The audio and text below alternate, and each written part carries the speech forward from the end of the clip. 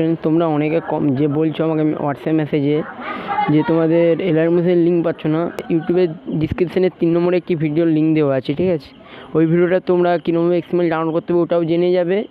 আর ওর ডিসক্রিপশানে এলআর মেশিনের লিঙ্ক আমি দিয়ে দেবো, ঠিক আছে? তোমরা যারা যারা ডাউনলোড করতে চাও ওখান দিয়ে ডাউনলোড করে নেবে। ফুল ভিডিওটি ওয়াচ করো। আজকের মতন বাই।